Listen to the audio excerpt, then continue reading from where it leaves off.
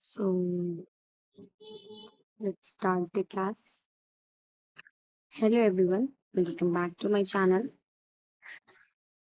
आज हम फिर से चैप्टर नंबर 5 यूनिवर्सल एडेड franchise and India's electoral system जो है कंटिन्यू करने वाले हैं। ये क्लास 8 का चैप्टर है, पार्ट 1 का। कल की क्लास में हमने जाना था यूनिवर्सल एडेड फ्रेंचाइज होता क्या है और ये इम्पोर्टेंट क्यों है। हमने इंडियन इलेक्टोरल सिस्टम के बारे में जाना था कि उसके फंक्शन क्या हैं, क्या काम है। और सिंपली ऑल ओवर अगर हम बात करते हैं तो यूनिवर्सल एडल्ट फ्रेंचाइज इसका मतलब क्या है और एक राइट होने के नाते उसका क्या रोल है।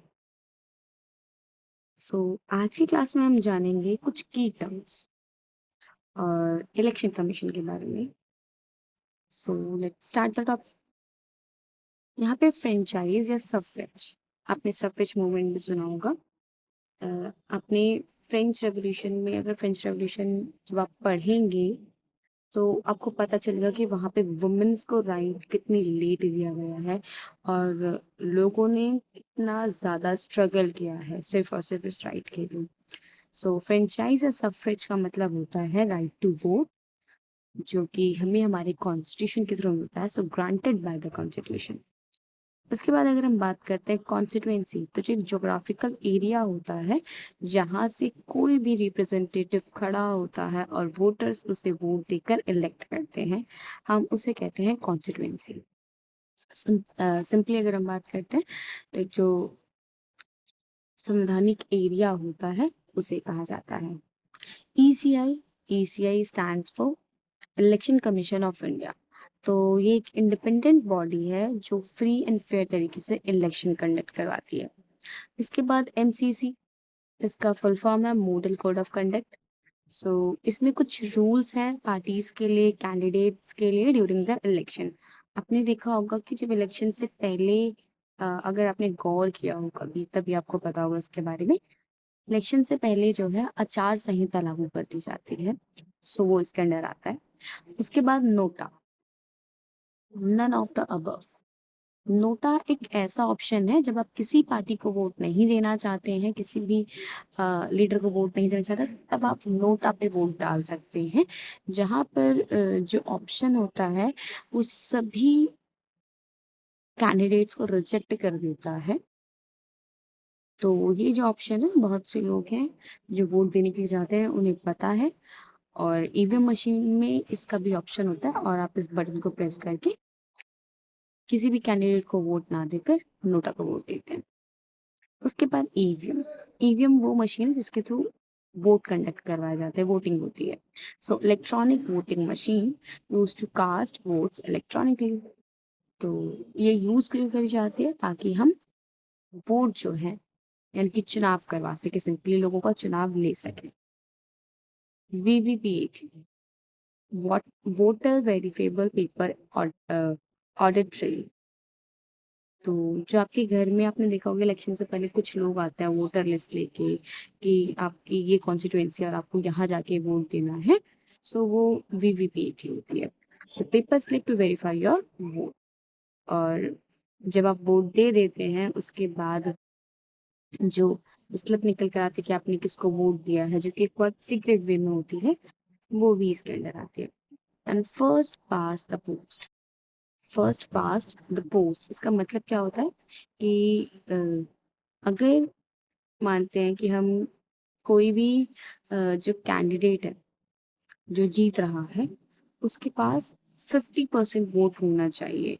मीन्स कि अगर उसके पास 50% वोट्स हैं तभी वो जो है एक लीडर बनेगा, या तभी उसकी जो पार्टी है वो विनिंग होगी, विनिंग पार्टी बनेगी। क्योंकि बाकी के जो 50% वोट्स होंगे उसमें अदर पार्टीज आ जाएंगी। जैसे किसी को 20% वोट मिल रहा है, किसी को 1% वोट मिल रहा है, किसी को 10% वोट मिल रहा है, बट जो विनिंग पार्टी होगी उसके पास 50% वोट होने चाहिए।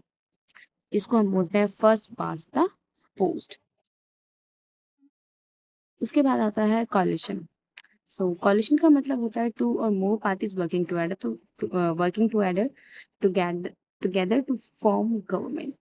कॉलिशन एक तरीके से हम गठबंधन की बात कर सकते हैं यहाँ पे, कि जब दो या दो से ज्यादा पार्टीज एक साथ मिलकर गवर्नमेंट बनाती है, जैसे कि बीजेपी की सरकार और एनडीए वाली गवर्नमेंट दोनों मिलकर जो है सेंट्रल गवर्नमेंट में काम कर रही है। एमपी, एमपी मीन्स होता है member of parliament, elected to Lok Sabha और राज्यसभा, और ये इलेक्ट किए जाते हैं लोकसभा और राज्यसभा के लिए। MLA, member of legislative assembly, elected to state assembly. State assembly मतलब कि राज्यसभा की अगर हम बात करें, और लोकसभा राज्यसभा जो होता है ये हमारे अपर हाउस और लोअर हाउस होते हैं। सो एमएलए यानी कि मेंबर ऑफ लेजिस्लेटिव असेंबली, और हर स्टेट के अंदर एक लेजिस्लेटिव असेंबली होती है, यानी कि हर स्टेट की अपनी एक विधानसभा होती है। उसके बाद हम बात करते हैं ईसीआई की।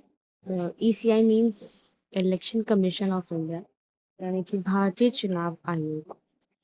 अगर हम भारतीय चुनाव आयोग की बात करते हैं यहाँ पर, तो ये जो है इसका सिंबल है भारत निर्वाचन आयोग।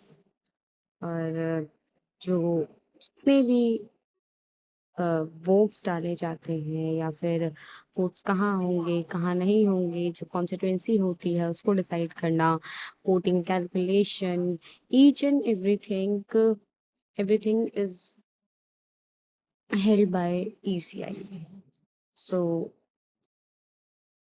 अगर ईसीआई की बात कर रहे हैं हम यहाँ पे, तो ये एक इंडिपेंडेंट कॉन्स्टिट्यूशनल बॉडी है, जिसकी स्टैब्लिशमेंट 1950 में करी गई थी। यानी कि अगर हम बात करें तो एक स्वतंत्र संस्था है, जिसकी स्टैब्लिशमेंट यानी कि जिसकी स्थापना जो है 1950 में करी गई थी। Conduct elections to Lok Sabha, Rajya Sabha, state assembly, president and vice president. India में जितने भी एडमिनिस्ट्रेशन से रिलेटेड जितने भी इलेक्शन होते हैं, चुनाव होते हैं, वो सभी जो है ईसीआई करवाता है, चाहे वो लोकसभा के चुनाव हो, राज्यसभा के हो, विधानसभा के हो, या फिर प्रेसिडेंट के हो, या वाइस प्रेसिडेंट के हो। ये सभी चुनाव जो है ईसीआई कंडक्ट करता है। First general election in India in 1951 and 52। तो जो पहला जनरल इलेक्शन हुआ था, यानी कि पहली बार इंडिया में जो इलेक्शन करवाए गए थे, जो चुनाव करवाया गया था, वो 1951 एंड 52 में करवाया गया था। उसके बाद हम बात करते हैं टास्क ऑफ ईसीआई की, यानी कि ऐसी कौन सी चीज़ें हैं जो एक चैलेंज भी बन सकती हैं ईसीआई के लिए, और जो उसकी रिस्पॉन्सिबिलिटी भी है, अगर हम सिंपली बात करें। सो पहला है कि सेटिंग इलेक्शन डेट्स। ऑब्वियसली आप इलेक्शन करवा रहे हैं, तो आपके पास डेट्स होनी चाहिए कि किस जगह पर, कौन से स्टेट में, किस डेट पर इलेक्शन करवाए जाएंगे, कौन से साल करवाए जाएंगे, कब कौन सी पार्टी का टेन्योर पूरा हो रहा है, कहाँ से अब जो है इलेक्शन दोबारा करवाना है। ये सारी चीज़ें जो है डेट्स की अगर हम बात कर रहे हैं, तो ये भी ईसीआई की ही ड्यूटी है। रजिस्टरिंग पॉलिटिकल पार्टीज, जितनी भी पॉलिटिकल पार्टी चुनाव में खड़ी होती हैं, सभी रजिस्टर्ड होनी चाहिए, सभी के पास चुनाव टिकट होना चाहिए, इलेक्शन टिकट होना चाहिए, तभी वो चुनाव के अंदर खड़ी हो सकती है। Enforcing MCC, model code of conduct, इसको एनफोर्स करना, इसको लागू करना, आचार संहिता की हम बात करें तो उसे लागू करना। ओवरसीइंग इलेक्टोरल प्रोसेस, तो जितना भी ये जो इलेक्टोरल प्रोसेस होता है, जो भी ये चुनाव की जो हमारी प्रक्रिया होती है, उसको ओवरसीइंग करना, उसको ऑब्जर्व करना, उसका अनुरक्षण करना। क्रिएटिंग वोटर्स अवेयरनेस, और जितने भी वोटर्स हैं, जितने भी वोट देने वाले लोग हैं, जो 18 और 18 अबव एज के हैं, उन सभी को चुनाव के लिए, इलेक्शन के लिए अवेयर करना, उनके वोटर आईडी कार्ड इशू करना, वोटिंग कॉन्स्टिट्यूंसी अलाउ करना, और देखना कि कितने लोग वोट देने वाले हैं, कितने नहीं, और जागरूकता फैलाना चुनाव के प्रति।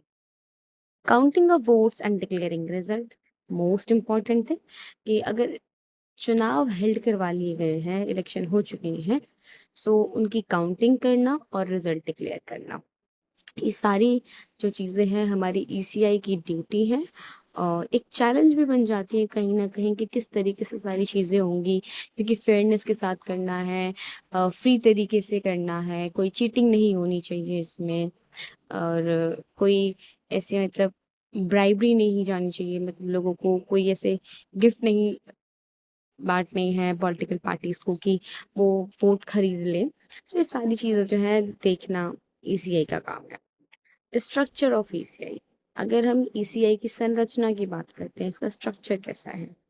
सो नेशनल लेवल पे क्या होता है कि जो नेशनल लेवल पे जो इलेक्शन कमीशन को देख रहा है हमारे, मतलब जो उसके चुनाव को इलेक्शन जो करवाने वाले हैं, जो उनकी देख-रेख करते हैं, तो उसमें 2 चीफ इलेक्शन कमिश्नर होते हैं प्लस 2 इलेक्शन कमिश्नर होते हैं। एक तो चीफ इलेक्शन कमिश्नर और सिर्फ सिंपली नॉर्मल जो है जिसमें काम कर रहे हैं वो इलेक्शन कमिश्नर 2। इनका काम क्या होता है? ओवरऑल चार्ज है। मतलब ओवरऑल चार्ज मीन्स कि जो भी चीज़ें चल रही हैं, चाहे वो स्टेट के अंदर हो रही हो, डिस्ट्रिक्ट के अंदर हो रही हो, सभी को सुपरवाइज़ करते हैं। उसके बाद state and union territory level पे क्या होता है? चीफ इलेक्टोरल ऑफिसर्स होते हैं, वो यहाँ पर जो है चुनाव के लिए वो यहाँ पर काम करते हैं। यानी कि चीफ इलेक्टोरल ऑफिसर, ये स्टेट लेवल पे काम करते हैं। यानी कि स्टेट के जो चुनाव होते हैं वो इनके अंडर आते हैं। फिर डिस्ट्रिक्ट की अगर हम बात करें तो यहाँ पर आता है हमारे पास डिस्ट्रिक्ट इलेक्शन ऑफिसर, जो डिस्ट्रिक्ट लेवल का मैनेजमेंट देखता है। कॉन्स्टिट्यूएंसी की अगर हम बात करते हैं तो यहाँ पर रिटर्निंग ऑफिसर होता है, एक आरओ होता है जो इलेक्शन को कंडक्ट करवाता है। आरओ की रिस्पॉन्सिबिलिटी है इलेक्शन को कंडक्ट करवाना। फिर रजिस्ट्रेशन जो है ये ईआरओ ऑफिसर करवाता है, जो वोटर की लिस्ट जो है वोटर लिस्ट निकालता है, और जो हमें ये बताता है कि हमें किस जगह पर जाके वोट देना है, ये सारी चीज़ें ईआरओ करता है। ERO means electoral registration officer, जो जितने भी वोटर्स हैं और इलेक्टोरल से जो उनका रजिस्ट्रेशन करता है उसको हम ईआरओ बोलते हैं। उसके बाद क्या आप जानते हैं कि जो इंडिया है वो वर्ल्ड का सबसे लार्जेस्ट डेमोक्रेटिक, एक तो हमें पता है कि एक लार्जेस्ट डेमोक्रेटिक कंट्री है, प्लस जो इलेक्शन होते हैं यहाँ पे वो भी सबसे लार्ज एरिया में करवाए जाते हैं। So in 2019 around 67 crore voters participated in the Lok Sabha election. So 2019 में जो चुनाव करवाए गए थे उसमें 67 करोड़ वोटर्स ने जो है पार्टिसिपेट किया था लोकसभा इलेक्शन में।